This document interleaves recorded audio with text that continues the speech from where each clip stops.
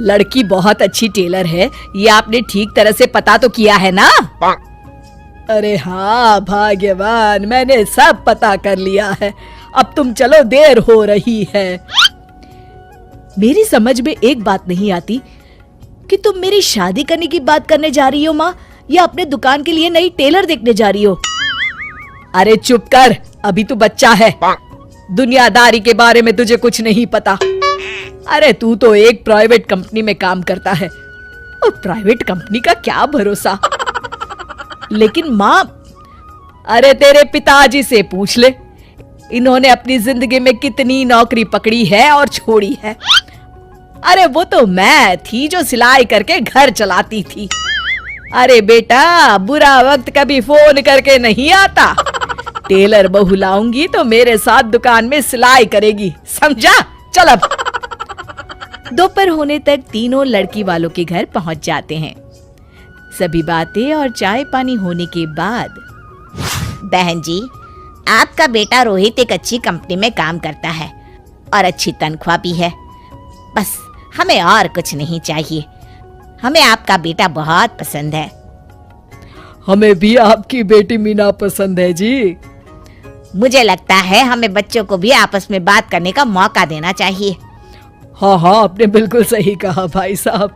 जाओ बच्चों, बाहर जाके बात कर लो। अरे आप रुकिए जी। अच्छा ये बताओ बेटी, तुमने सिलाई कहाँ से सीखी है? जी, दीनानाथ इंस्टीट्यूट से। अरे बहन जी, मेरी बेटी इस मोहल्ले में सबसे अच्छी ब्लाउज सिलती है और एक से बढ़कर एक डिजाइन भी बना लेती है। अच्छा, चल बेटी, जरा तेरे हाथ की कारीगरी देख लेते हैं। अरे माँ, ये सब करने की क्या जरूरत है? अरे तू चुप कर। लोग ऐसे ही बड़ी बड़ी बातें करते हैं कि हमारी लड़की को तो सब आता है, बाद में असलियत सामने आती है। इसलिए मैं कोई गलती नहीं करना चाहती। तू चुप करके बैठ। मीना शांति देवी को 2-3 प्रकार की बढ़िया बढ़िया डिजाइनदार ब्लाउज बनाकर दिखाती है। ये देखिए, ये है प्रिंसेस कट। अरे वाह बेटी, मान गए तुझे। तू तो मुझसे भी अच्छा ब्लाउज सिल लेती है। चलिए बहन जी, हमें तो आपकी बेटी पसंद है। अब इसी बात पर मुंह मीठा कराइए। जी बिल्कुल। इस तरह रोहित और मीना की शादी हो जाती है। शादी के अगले दिन से मीना अपनी सास के साथ सारा दिन दुकान पर सिलाई करती रहती और अपने पति रोहित को जरा सा भी समय नहीं दे पाती थी। फिर एक दिन रोहित फोन करके मीना से कहता है, मीना, आज शाम को हम दोनों किसी अच्छे रेस्टोरेंट में खाना खाने चलेंगे। तुम तैयार रहना, मैं ठीक वक्त पर पहुंच जाऊंगा। ठीक है जी। शाम को रोहित जब घर आता है तो मीना सिलाई मशीन पर बैठी ब्लाउज सिल रही होती है। अरे ये क्या?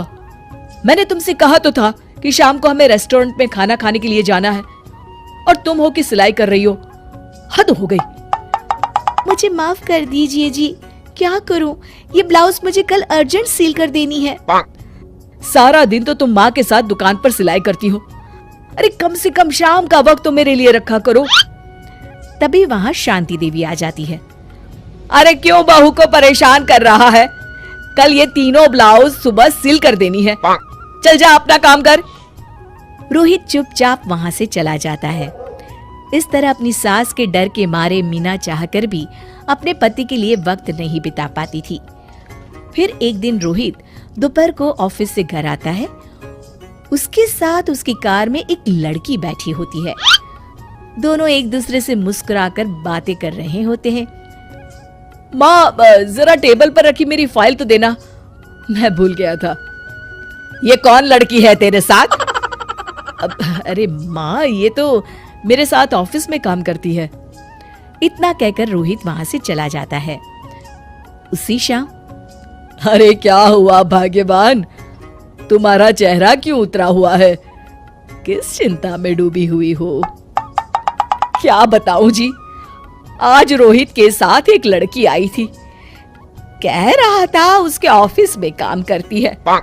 मुझे तो उस लड़की के चाल चलन बिल्कुल ठीक नहीं लगते। कहीं दोनों के बीच कोई चक्कर तो नहीं है। अब अगर चक्कर हुआ भी तो इसमें बुराई क्या है? अरे बड़े अजीब आदमी हो आप, कैसी बातें कर रहे हो? तो और क्या कहूं, तुम घर में बहू के बजाय एक काम करने वाली लड़की लेकर आई हो जो सारा दिन तुम्हारे साथ तुम्हारी दुकान पर काम कर सके।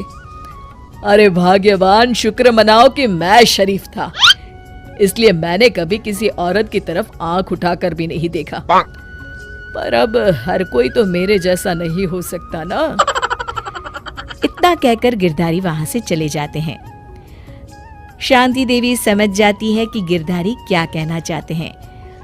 उसे अपनी गलती का एहसास हो जाता है और वो सोचती है जितनी जल्दी हो सकेगी वो अपनी गलती सुधार लेगी। और इसीलिए 2 दिन के बाद, रोहित बेटा, मैं चाहती हूँ कि कुछ दिनों के लिए तू अपनी ऑफिस से छुट्टी ले ले। क्यों, क्या हुआ माँ? अरे कुछ नहीं बेटा, मैंने तेरे और बहू के लिए शिमला की 2 टिकट बुक की है। मैं चाहती हूँ कि तुम दोनों कुछ दिनों के लिए बाहर घुमाओ। क्यों बहू, ठीक है ना? सासू माँ की बात सुनकर मीना का चेहरा भी खिल उठता है। वो शर्मा कर कहती है, जी माँ जी, जैसा आप ठीक समझे। और इस तरह शांति देवी पूरी तरह से बदल जाती है। शिक्षा, बहू को बहू नहीं बल्कि बेटी समझना चाहिए और ना कि काम करने वाली नौकरानी। दोस्तों, हमें उम्मीद है कि आपको हमारी ये कहानी पसंद आई होगी। कृपया हमारे चैनल को सब्सक्राइब करें और सभी अपडेट्स के लिए बेल आइकन जरूर दबाएं। और हाँ, वीडियो लाइक और शेयर करना मत भूलिएगा। Bye bye.